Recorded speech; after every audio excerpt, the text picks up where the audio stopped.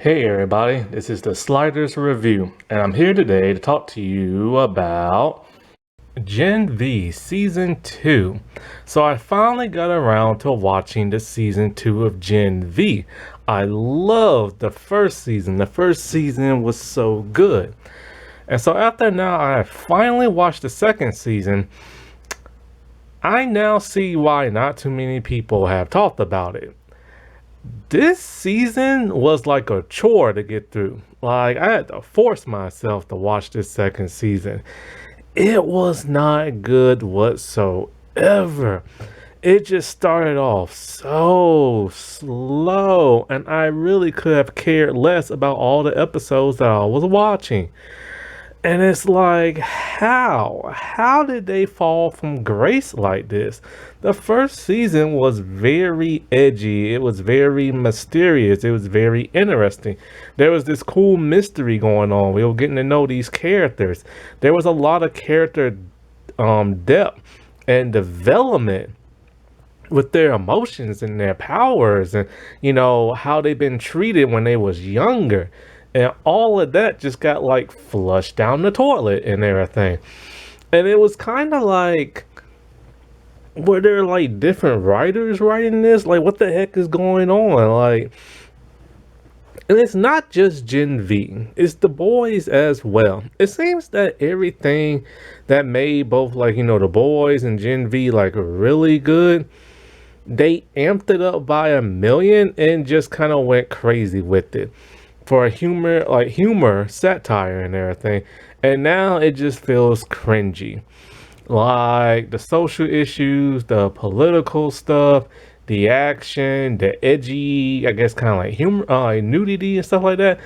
It's all been cranked up to the point that it is so cringe. And not only that, but I am so sick and tired of seeing naked men on this show and The Boys.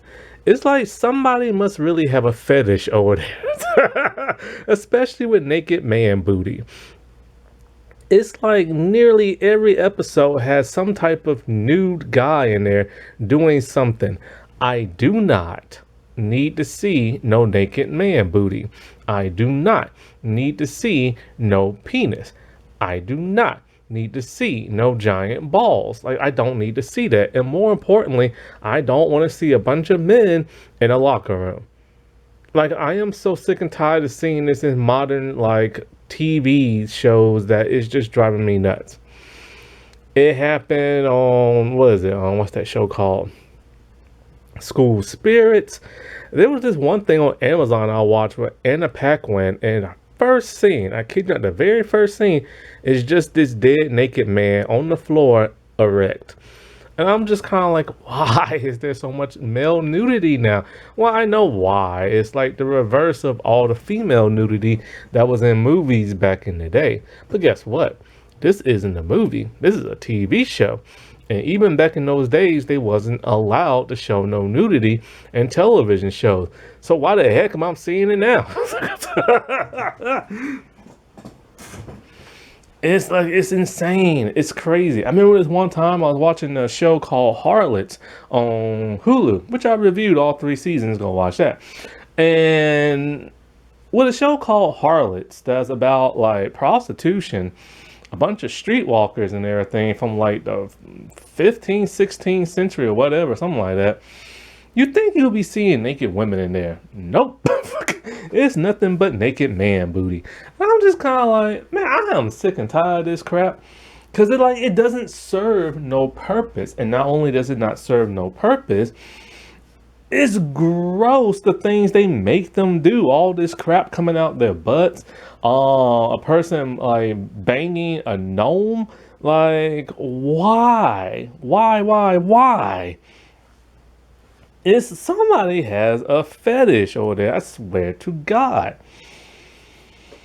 But it's just kind of like, I don't know, man. It's just, these shows aren't really doing that for me no more. And this is probably why The Boys is about to end soon, because they kind of realize that people are kind of just tired of this. So why do they keep amping it up? But I don't understand how they had such an amazing first season with Gen V and have this very, very boring, lackluster season. Either, either, either they had no vision for season two and like nothing really truly planned out for it, or the tragic death of the actor who played Andre Chance passing and everything probably threw like a monkey wrench into their writing process to where they had to write around that and everything. Because you can tell by the ending, the cliffhanger ending of like season one, where they was locked up in that like facility and everything, and I think it had like no walls, no doors, no windows or nothing like that. And but Butcher like found like the poison that's for like soups.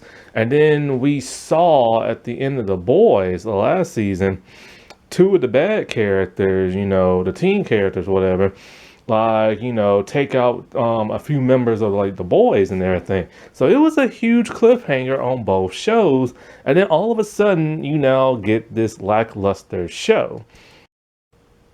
Now, the death of Chance did come as a shock to a lot of people.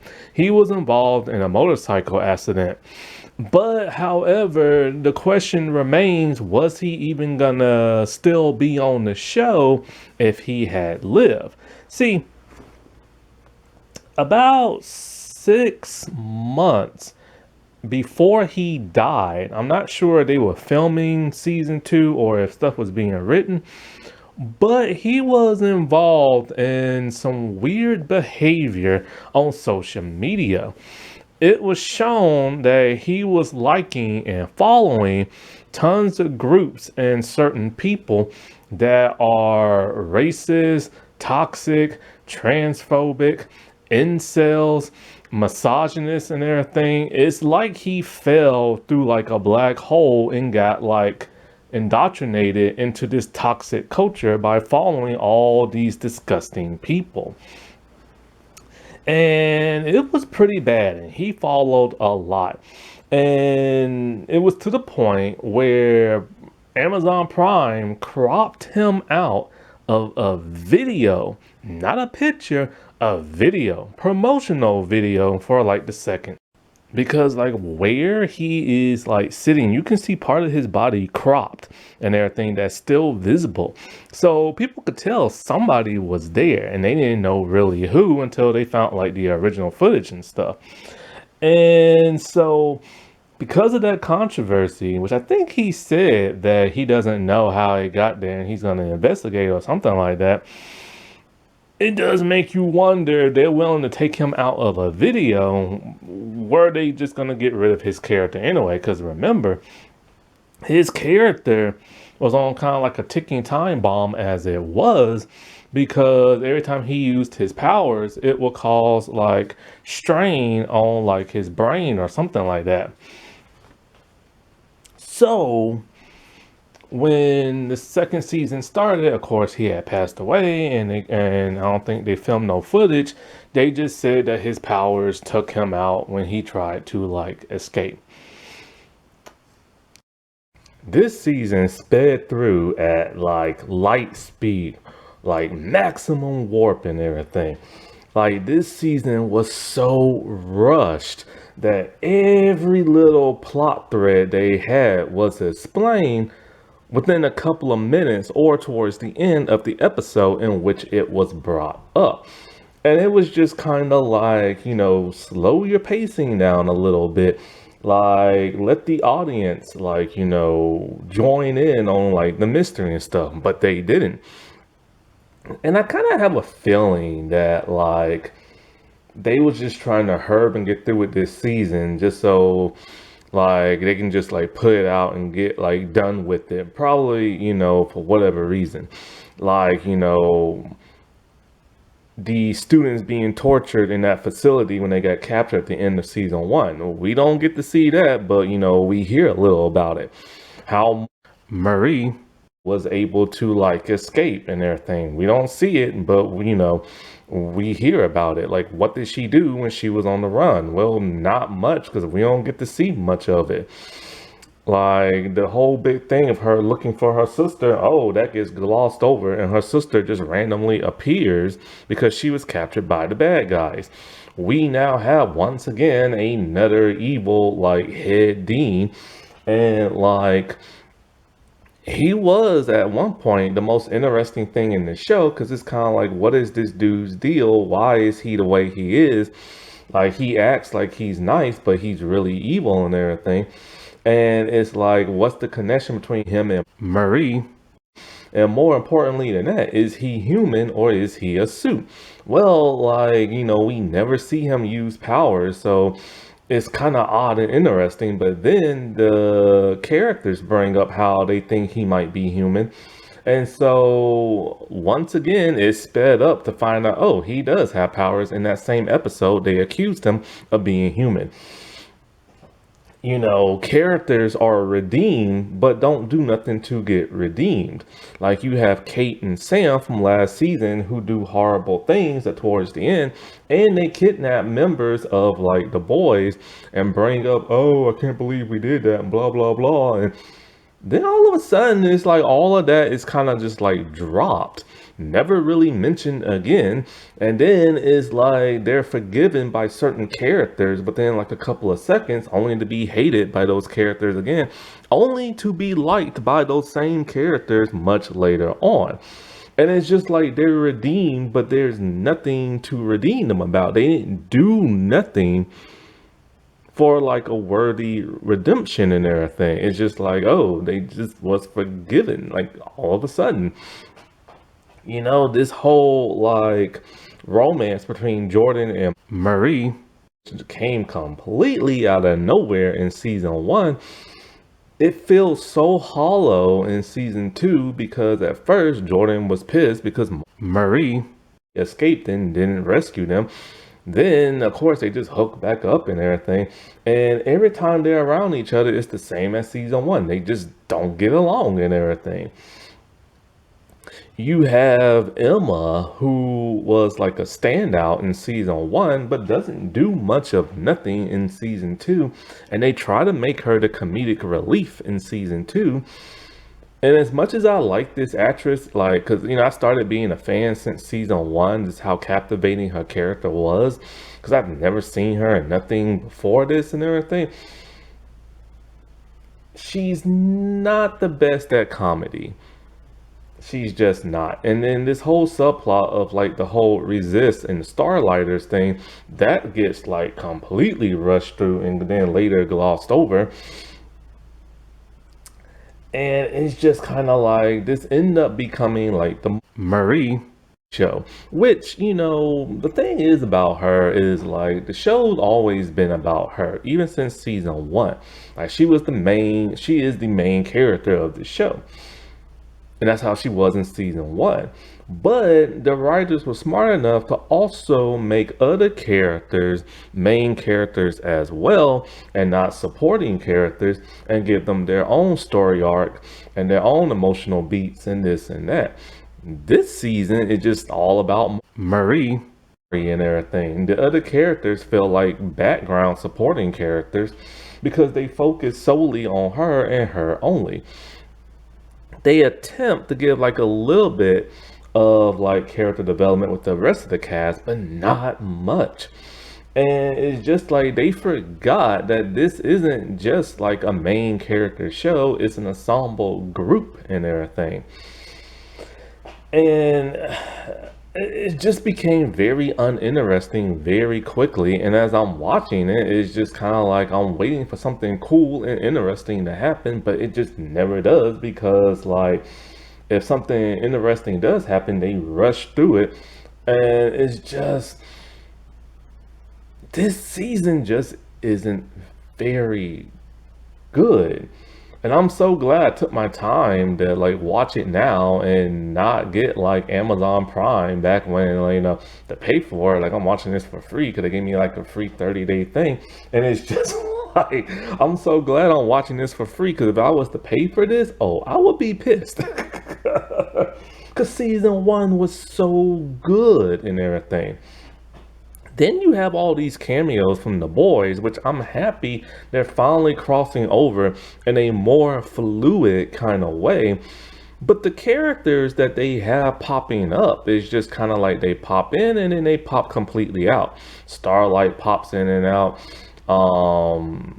I can't, the Deep pops in and out. I forget that one sister something woman name, the really smart one. And then the dude, I forget his name. He used to be the head of Vault, and his adoptive like granddaughter and stuff. They kind of just pop in out of like nowhere and rescue like the main group of the show, which is another thing that pisses me off. Every time the main group is in peril, something random happens to where they are able to get out of it within like no effort. Like they're always getting rescued or something. And it's just kind of like your own main characters don't even really feel like main characters of the show because they can't even successfully like rescue somebody. Like when they tried to rescue Kate and then they get captured within seconds and then they're there and all they do is find like Mari's sister and then they escape very quickly, and then when they're all hiding they get found out very quickly in the same episode, and then they get rescued in that same episode, and it's just kind of like, come on now, pace this crap out.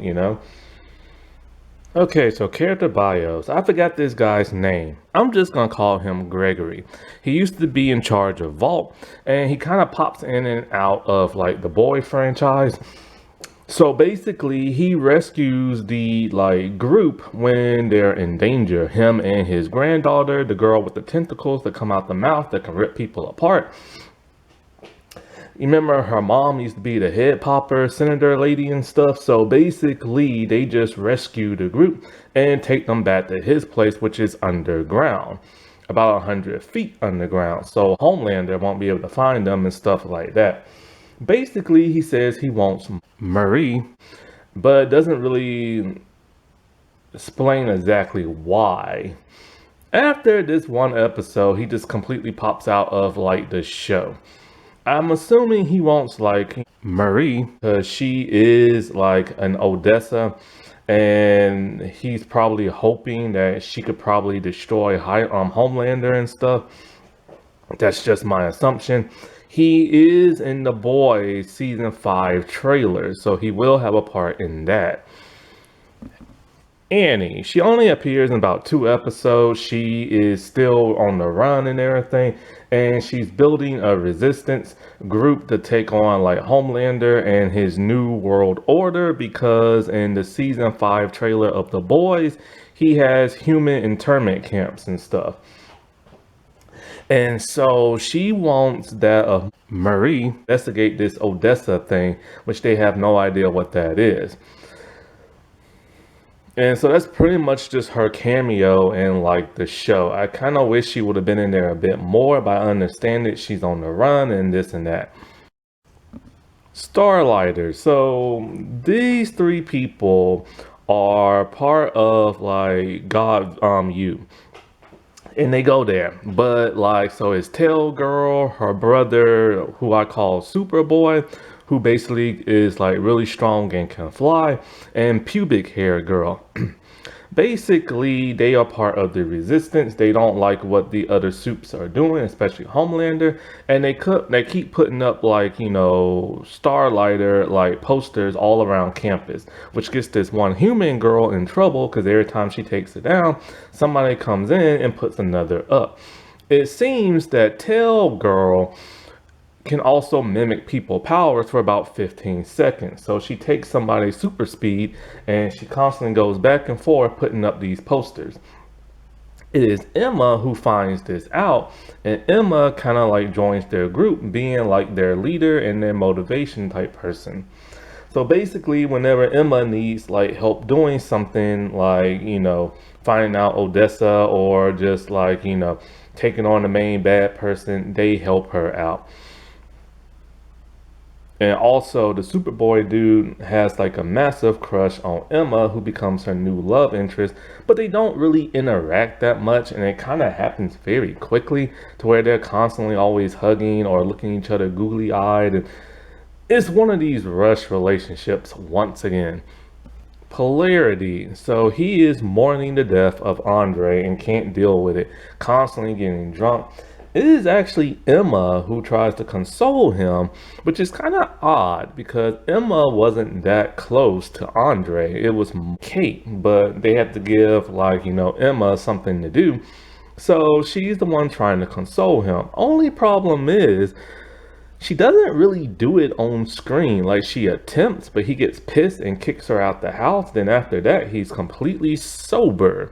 So rushed. And those two try to find out what Odessa is. They go to the library. Eventually they find it out. And then after that, he's just pretty much pissed. He's pissed at Cypher, because Cypher is part of this whole Odessa thing, but they don't know how or why. So he's a professor at God U. And basically, him and Cypher tend to clash and fight and get impaled and this and that.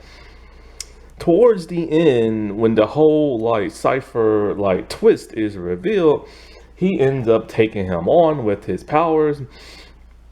Now, when it comes to his powers, just like with Andre, they're killing him, but he's able to last a whole lot longer than Andre because we all know the tragic reason why. And so, it is Mari who actually heals his illness, and he no longer has the tremors, so he's no longer dying. And so basically, he's gonna stay at God U as he tells the others to just basically flee because he knows Vault is really pissed at them and Homelander is gonna be looking for them. It would have been nice this season, to see probably him and Maury interact a bit more, only because she had the closest relationship with Andre along with Kate, and it probably should have been Kate to be the one to have more screen time with him, because they have to redeem Kate. Other than the way they did it in the season, which is completely rushed, and that could have been some really good character growth for Kate and redeemed her in the eyes of the viewer, and those two could have worked together to avenge Andre. But of course, the writers are stupid this season, and it's quite a shame that they just couldn't come up with that. Why Emma of all people? She barely knew Andre and stuff. I really don't get it.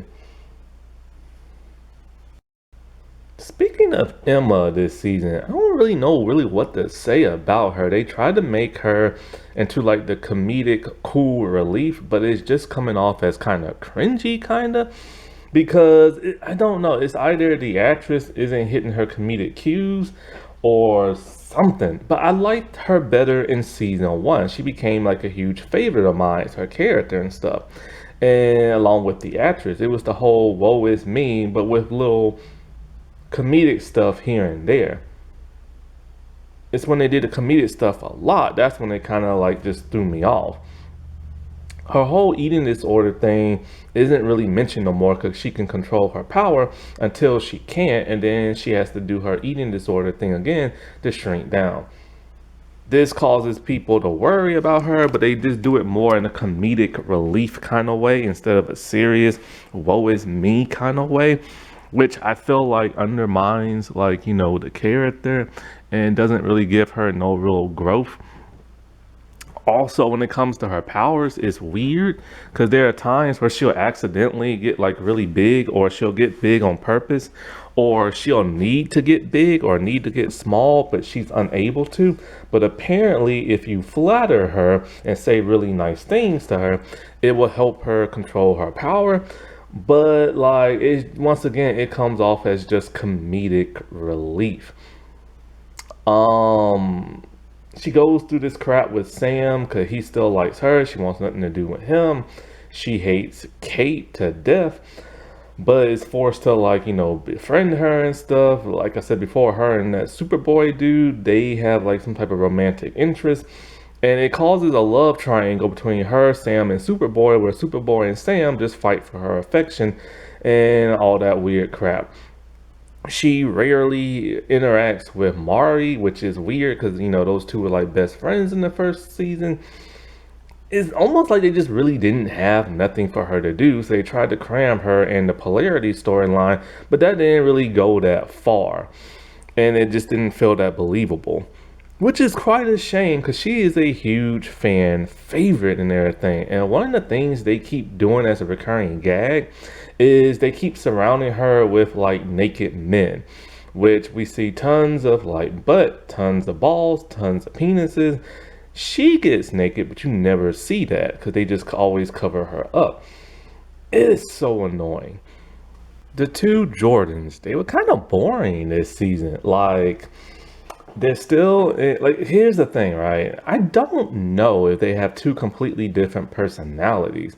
They tend to have that whenever they switch, but they also tend to be the same person, which is odd. Like, they're supposed to be the same person, but their personalities and their portrayals are completely different. You have the female Jordan who's just moping around this season because Marie pissing her off. Then you have the guy version who, I don't know, it's just he has a whole lot more to say and do this season. But there are times where he acts feminine, which is weird. And it's just kind of like you're supposed to be the macho, manly one, and the female one's supposed to be the female one. Now, their powers are different. Like, when it's the dude, he's super strong. When it's the female, she has these, like, I don't know what kind of bursts they are, but they're kind of like these, like, plasma, like, energy, like, bursts and everything that can knock you down and really mess you up. And so like they're still kind of in a relationship with Marie, but the female one is really pissed at Marie because Marie did a crappy thing. When Marie escaped from Omara, she didn't try to help the others and she just fled for like a long time. And so Jordan is just heartbroken, just kind of like, yo, I love you and everything. And it's like, how can you do this to me? And their relationship was so sped up in the first season because they don't like each other at all in the first season. But then they sleep together and end up liking each other. And that's basically what it really was, a hookup relationship. So there was really nothing truly to it. And so after Marie ditched her again this season and stuff, they just had enough and decided to break up with Marie, just decided to be friends and everything. Now, they don't consider themselves transgender and they get kind of offended when people call them that. I think I forget what they call themselves and stuff. There was something else. Oh, there was this most cringiest line written into the show. So basically, when they're looking for Marie, they have Annabelle, the sister, and they're in the car. And Jordan's speeding down like the interstate by like 70 miles an hour. So it freaks that of Annabelle out because she tends to hyperventilate and stuff like that. And so the female one turns herself into the dude and is all like, what? Are you one of those girls who don't like a male driver? And she's like, no. And then it's just like, what the heck kind of line is that?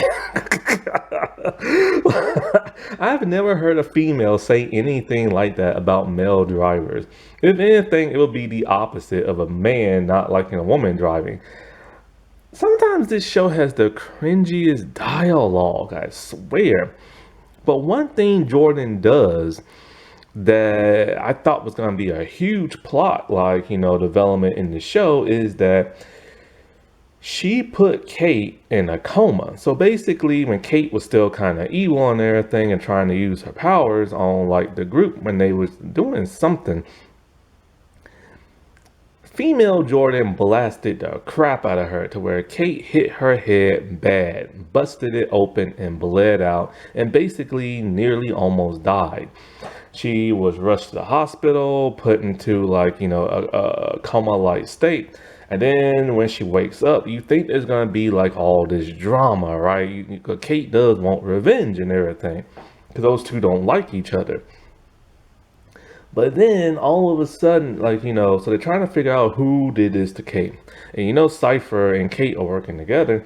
So female Jordan literally confesses on national TV, and then really nothing happens to them. And it's just kind of like, huh? Then there's the whole Sam and Jordan thing, and they don't like each other, but then they start to bond over getting high. This season has the worst writing I've seen in a long time. It is rushed. Sam. So Sam is still nutty in the head and still see puppets. He's also became a villain towards the end of season 1, and at the end of season 4, the boys, him and Kate, kidnapped Frenchie and I think Mother's Milk, I think it was, or Huey, somebody they kidnapped, along with Frenchie and stuff. So they've been working with Vault to kidnap people, and they mentioned that very briefly and everything, to where they have a little bit of they're a little upset about that. However, they redeemed the crap out of him very quickly in the season. So basically after that, and after Kate is in a coma and he's pissed and he wants to hurt whoever did it but never does, he decides to go home to his parents, which they're scared of him, especially the mom. And so he's just asking a bunch of questions like, yo, why didn't you come and look for me? Well, they told him plain and simple, Vault faked his death and gave them a fake kid so they could bury and everything, and they had no idea. They assumed it was really their son. So they literally buried a stranger and stuff. And so he forgives the father, but then when he sees the mom on the phone, he assumes that she's calling Vault to take him away. So he crushes the phone, and in a recurring trope that this franchise loves to do, his dad tries to stop him. He turns around and hits his dad with his super strength, knocking him out. The dad is totally okay. So after that, him and the mom, they talk and they kumbaya it out. So he forgives them, and now all of a sudden he is redeemed. But he ain't do nothing to be redeemed. He's literally just there. And it turns out that his mental state is nothing to do with his powers. It's just a genetic flaw on his mom's side of the family. So him and Emma, he tries to reconcile with her, but she wants nothing to do with him. It's the whole he's jealous of Superboy thing. And that's really basically it for him in the season. He just helps out the group whenever they need help in some kind of way. And I'm just kind of like, they redeemed him, but he did absolutely nothing to be redeemed. After all the horrible stuff he did towards the end of the first season and hating humans and stuff, this is supposed to tie into the boys and Homelander's New World Order of his internment camps and everything. You think he would have been more on the I hate human side, and especially the ones that work at God, you and everything. But there's nothing. Kate. So if you thought Sam's redemption arc was sped up, boy, you ain't seen nothing yet.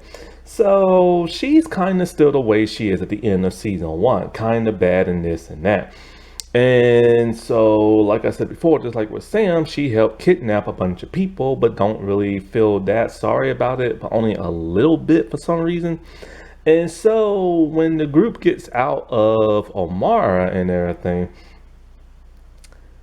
they tell her what happened to Andre. So this causes her to turn over a new leaf to a certain degree.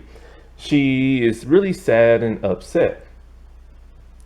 And it's just kind of like, she really did love Andre, which is more why she should have hung out with Polarity this season, but did not. So anyways, she is working with Cypher. So she's spying on the group, and she tries to stop them doing something. And this is when Jordan pretty much blasts the crap out of her. It busts her head open. She's in a coma. When she wakes up, she realizes her powers are now screwed up because her brain is kind of messed up from getting her head cracked open. So every time she tries to use her powers on somebody, it completely backfires. And it just causes her to be sad and upset. And she tries to befriend Mari, who really wants nothing to do with her. But somehow the group ends up forgiving her. And well, except for Emma. And Mari really doesn't forgive her or trust her, but they need her and stuff. So they need to find out about like Cypher and stuff because they feel something's up with him and they just can't figure out what. So it's her and somebody else, they break into his place. She uses her power on the guard and it's just completely backfires. So anyway, they find out there's an old dude living in Cypher's place that he takes care of. And they assume that it's Thomas Godokin, I think his name is. You know, the founder of God, you and stuff like that. A scientist dude. And so anyways, she helps them out throughout the entire season now. She tries to use, they set up a recording video to spy on Cypher so he can confess that he's human and this and that and not a suit, hoping that the rest of the suits will turn on him. He is always one step ahead and he knows he's being recorded and he knows that Kate is there lying and stuff like that, and he proves his power to her and she gets like arrested. She gets stripped down and taken to Amara. The group rescues her but end up getting caught. Like seriously, this group sucks at doing stuff. So they're there, she's upset, her, Marie, and a bond, and it's actually Kate who breaks them all out. She takes a staple out her head, she undoes the shock collar around her neck, she tricks the guard, and she gets them all out. Further redeeming her, but she was already redeemed before this, but why? She did absolutely nothing to be redeemed. But she wants her powers back, so she wants Marie to go inside and fix her and stuff. But Marie is a little too scared. Anyway, her and Marie work together and this and that. And eventually Marie does fix her brain to where her powers work. And she's still a good girl. She joins the group and she flees with them after all the bad stuff she did. Even Annie has forgiven her, even though Kate has literally kidnapped some of her members of like the boys and everything, which makes no freaking sense. And I'm just kind of like, why is she redeemed for? Like, she has this giant scar on, like, you know, her head. Her hand is still missing because Marie blasted it off in the first season. And she's willing to forgive Marie for all that. Now, she was pissed at Jordan for the longest time, but then decided just to forget about it and everything. I don't understand this rush season whatsoever. Annabelle. So this big huge mystery of what happened to Annabelle and everything after, like, you know, her sister Marie killed their parents by mistake. And so where she's been, you know, you assume Marie is gonna go looking for her and this and all that. She pops up in the most random episode. So basically when, like, you know, Marie were doing some investigation, this woman named Pam, who's their pretend aunt and everything's been taking care of Annabelle. Annabelle wants nothing to do with Marie because of what happened back in the day. And then all of a sudden, when they go to rescue Kate and they get kidnapped and placed in Omar, it turns out Annabelle is in Omar and she's a hostage there. And I'm just like, why is she a prisoner there? Like, how did Cypher even find her? Like, you always assume because of the tension and the hostility with Annabelle, because of what Marie did, you would assume she might have been like evil, might have been working for Cypher, might have like tried to hurt that Marie, or just have this big, huge emotional something or another, you know? She's just a prisoner and everything, but she still is scared of Murray, but it's just kind of like, I don't know. Now, she's played by Kiana King, and I remember her from Van Helsing. I remember her from one of the Saw movies and Yellow Jacket. In the Saw movie, it was just a cameo. In Yellow Jacket, they didn't do nothing with her in the first season, and they recast her in the second. Van Helsing will always be her best performance that I've ever seen her in because she's one of the co-leads and she does a lot in that. Ironically, Kia, I think I said Kiana, I think it's Kia, not Kiana. Kia, her and Jazz, who play Marie, are actually the same age. I think they're like 31 or something like that. But they're the same age, but she's supposed to be a couple of years younger than Marie. Whatever. Now, here's the funny thing, right? Before I get into what she does in this season. So, this is their parents, right? As dark as can be. They're about like black, like not really so much light skinned black, but just not super dark black, right? Now, here are the girls when they were younger. They have these two black parents, and both the kids are biracial. You can easily tell they're mixed with black and white when they was younger. This is typical Hollywood when it comes to just casting people and colorism. If they need, like, say, like an Asian family, they will have every Asian there is playing family members. They'll have a Japanese person, a Chinese person, Taiwanese. They will have a Hmong. They will have like Filipino, like, you know, whatever, like Korean, and mix them all in the same family. That's how Hollywood does it. And especially when you film in Canada, this is what they do to like black people. They'll have like dark skinned parents and light skinned children, right? But here they are as they're older.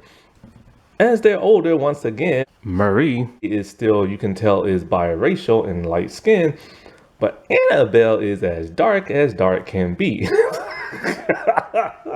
Nothing about this makes any sense.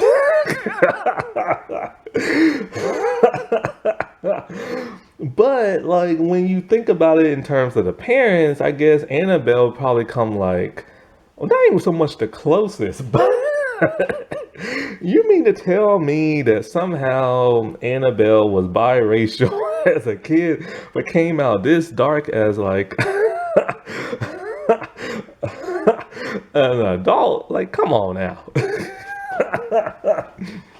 Or are they adults or teenagers in the show? I honestly don't even know because they go to like a university. But it's just the craziest thing ever. I'm happy that Kia is in another acting role because she didn't do nothing in Yellow Jacket. She does way more here in this show than she did in Yellow Jacket. But it's just funny, the whole colorism of it all. So for the show, they decided to make Annabelle a soup for some bizarre reason. She has precognitive powers. She can predict the future. She have these visions and these glimpses and this and that. And she has to figure out what they mean because they don't come out as clear. She apparently had them when she was even a child and everything, a vision of like her parents dying and stuff.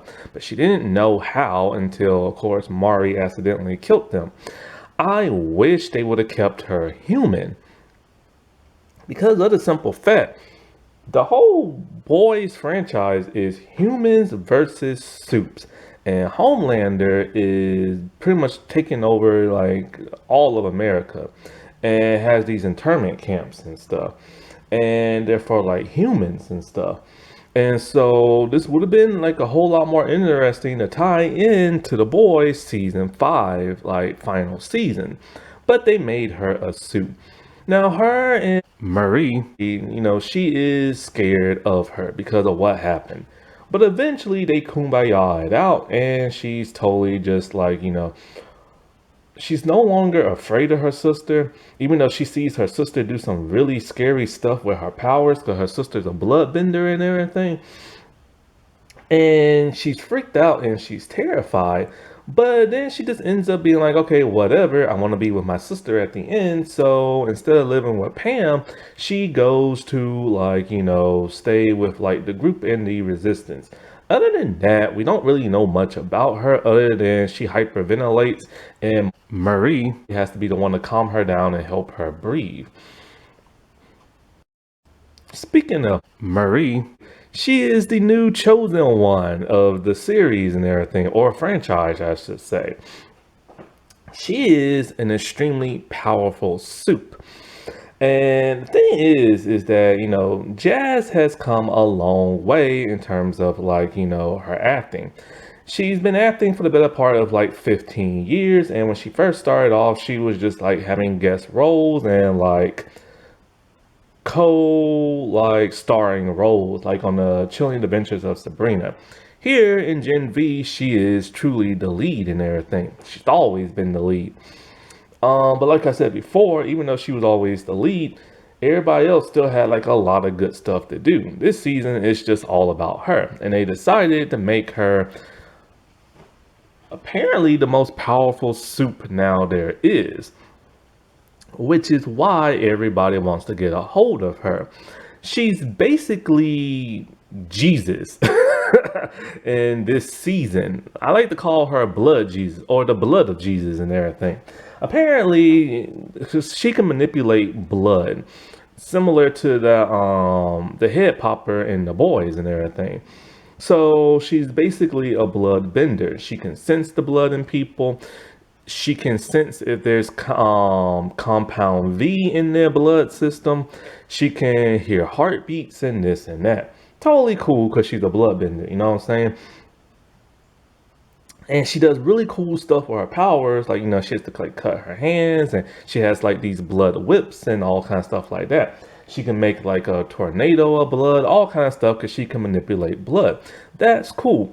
The problem I have with her powers is they gave her kind of like this godlike ability now to where she can heal people through their blood. If they have tremors, if they're dying and the blood leaks out their head, she has the ability to like just focus as strongly as possible and like, heal a person. But if somebody's around her, they're in pain and they bleed from their nose along with her. But if you're around her, it causes you agony and pain. So anyways, she is able to heal anybody no matter what is wrong with them. Tremors, heal them. Brain injury, heal them. Cypher killed her sister and she bled and literally died. And she brought her sister back from the dead. I'm just kind of like, nah, man, that's too powerful and everything. Like, come on now, give her a little bit of a limitation. Other than blood coming out her nose, and if she heals somebody there around her, it causes them pain and agony. I mean, to bring somebody back from the dead, but you're supposed to be a bloodbender and pop people's head and pop people's body parts off, like, that's too much, you know what I'm saying? And but not only is it too much, but it's just kind of like, why not just have a suit that has the powers to heal somebody, like Elixir from the X-Men comics? That would make more sense, in my opinion. But she is the new chosen one, and everybody wants to get their hands on her. The dude who used to own Vought, he wants her. Cypher wants her. And, it's just like, she is the all-powerful. Now, she's insufferable this season. I liked her in the first season, but this season, not so much. I do not like how they wrote her whatsoever. And she is pretty crappy and insufferable this season, like I said before. When she escaped off screen Amara and everything, she didn't even try to rescue nobody else. She just like ran and lived on her own. And when she was living on her own, what the heck exactly was she doing? We don't know how she was living. We know she had money, but not that much. And she couldn't buy stuff out the store. And this one Starlighter bought some food for her. But because Vault is looking for her, and they saw on the video camera that he was associated with her, they killed him and everything. And it was just really crappy that she didn't try to rescue her friends. And this is why Jordan is so pissed at her throughout the entire season.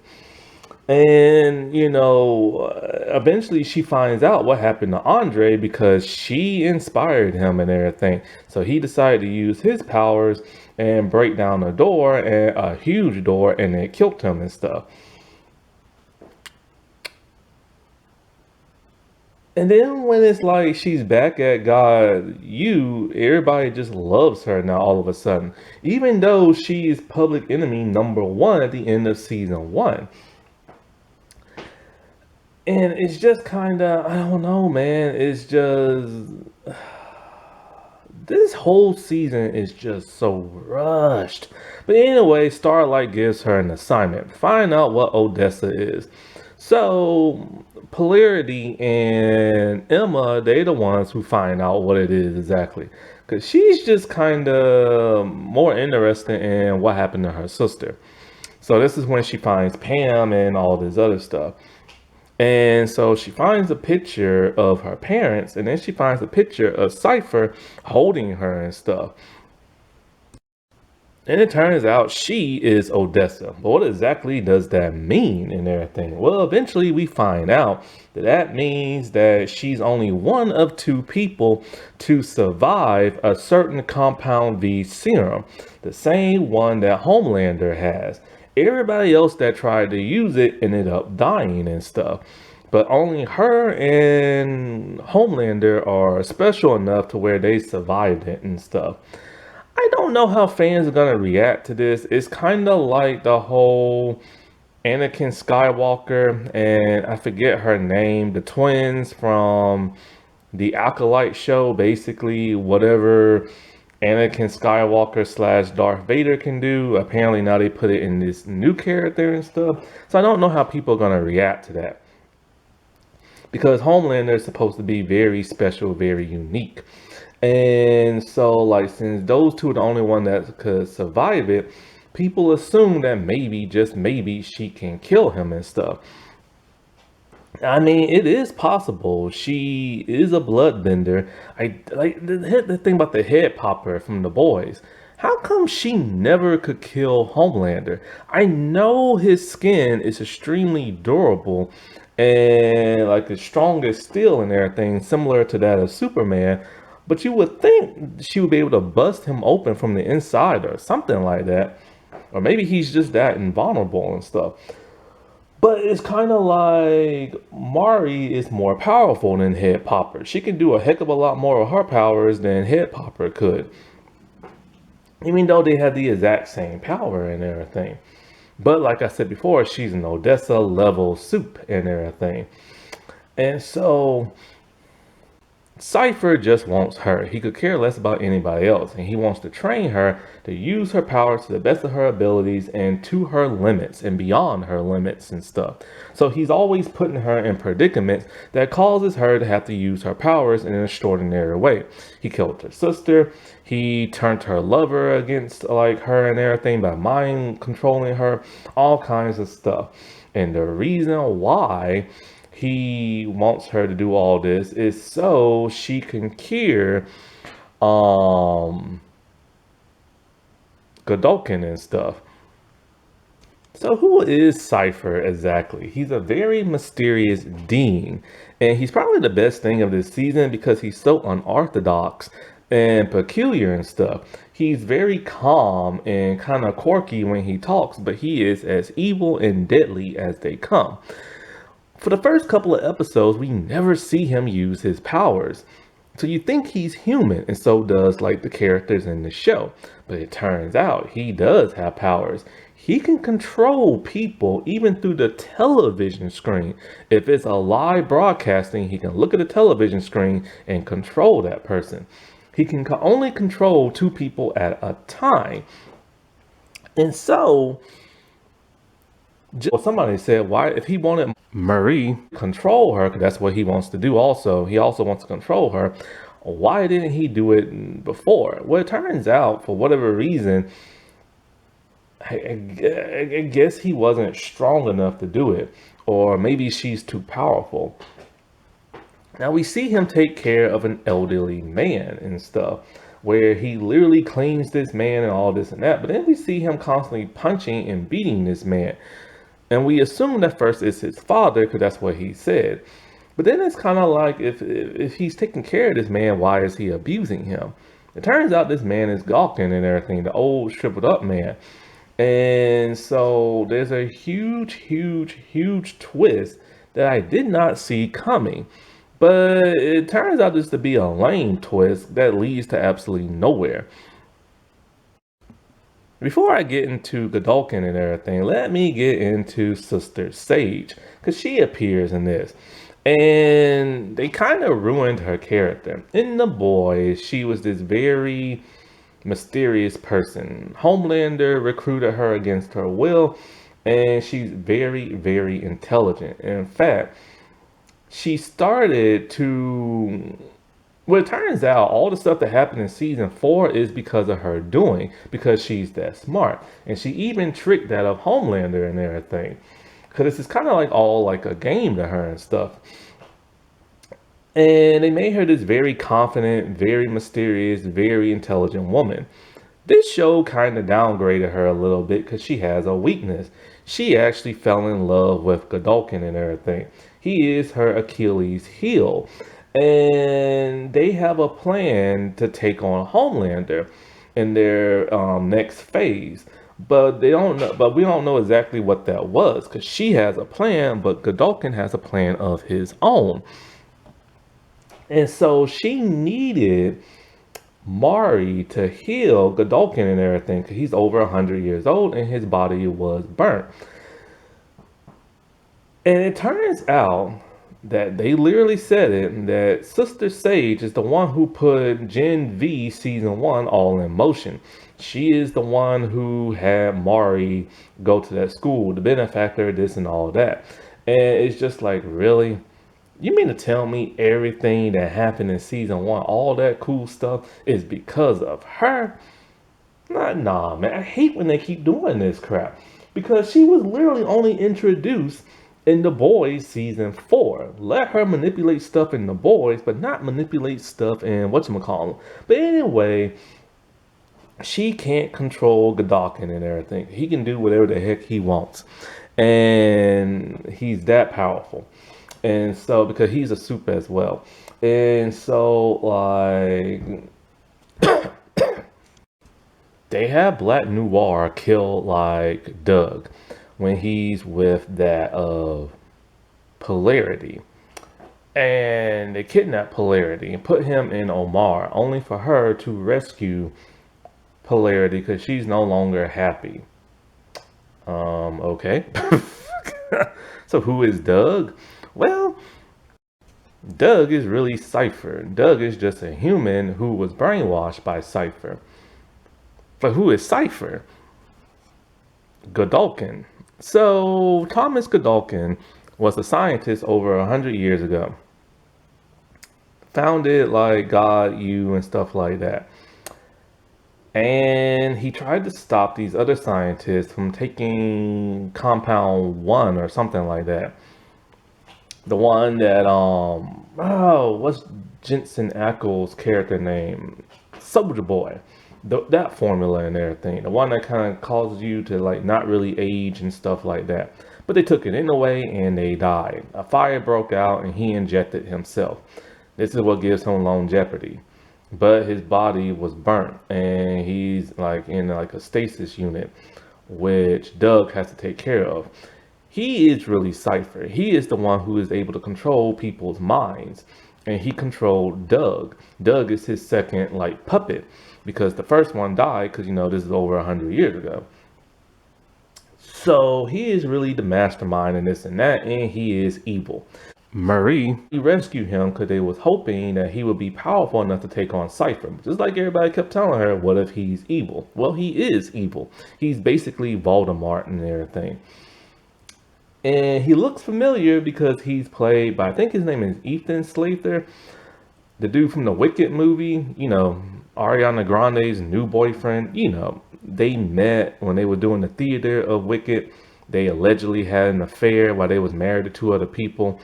They divorced. He divorced his wife. She divorced his husband, and now they're dating. When you bang a huge celebrity, you get these big old roles, boy. So anyway, he is now happy and thrilled. He gets to experience life once again after being healed by Mari. And so his body is completely healed and everything. And he's just loving everything. Food, the wind on like his skin, smelling grass. But what exactly is his motive? What exactly is the big plot of this season that's supposed to tie into The Boys season 5? Godolkin just wants powerful soups. He doesn't like inferior ones. So if you have a power that is stupid to him, he will kill you and everything. Like this one pledge whose feet can turn into hands and pick up stuff. He just straight up killed that dude. He wants to build an army of soups that are extremely powerful. So he wipes away all the rankings of everybody at God V, or God U, I mean. And basically, in different groups, have them fight each other. Whoever survives, they are part of his new world order. And I believe he wants this so that he can take on Homelander or something. Or at least have only the most elite of the elite soups in Homelander's new world order. It's never truly explained because Sister Sage got so depressed that she never could reveal what their plan was to take on Homelander. So the group has to stop them. And so the group tries to fight him off. But they can't because they have to fight off all the people he's now controlling.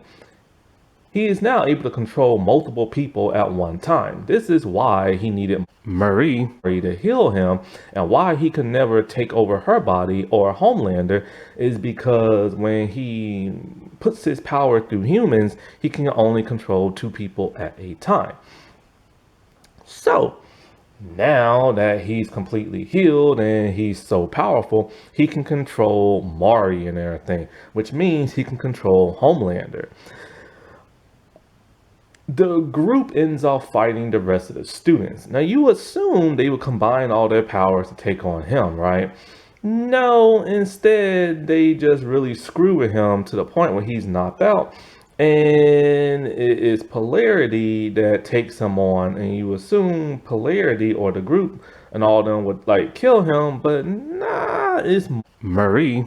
She kills him and she just pops his head, and I'm just kind of like, really? He's the big bad that was really scary all season long. They can do some really cool stuff with CGI with her powers now because they have more of a budget. And they just pop his head. Like, that's it.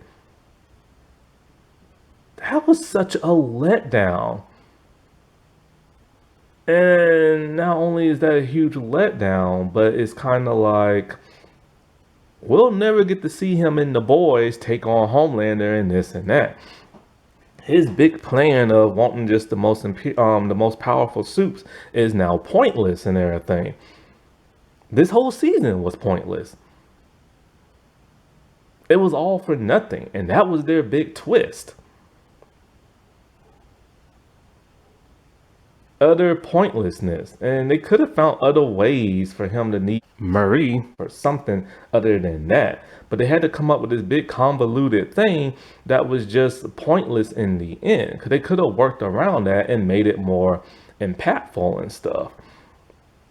And so at the very last couple of minutes, they find Annie and A-Train, and they join the resistance so they can take on, like, I guess, Homelander in season 5.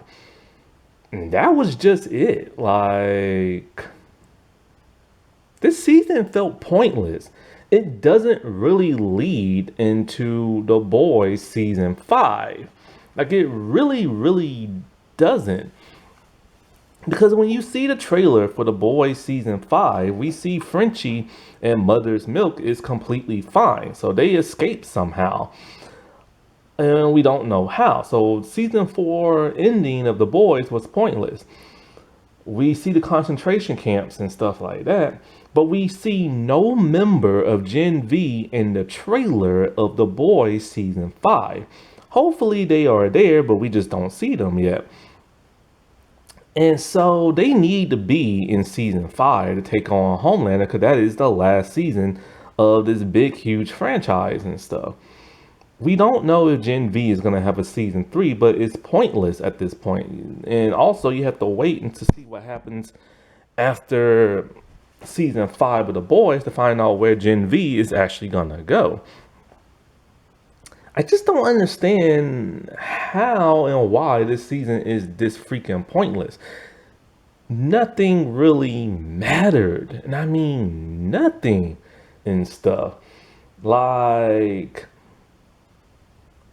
this season, I can't talk right now. This season should have been like having the group try to escape Omar and seeing them escape and going on the run.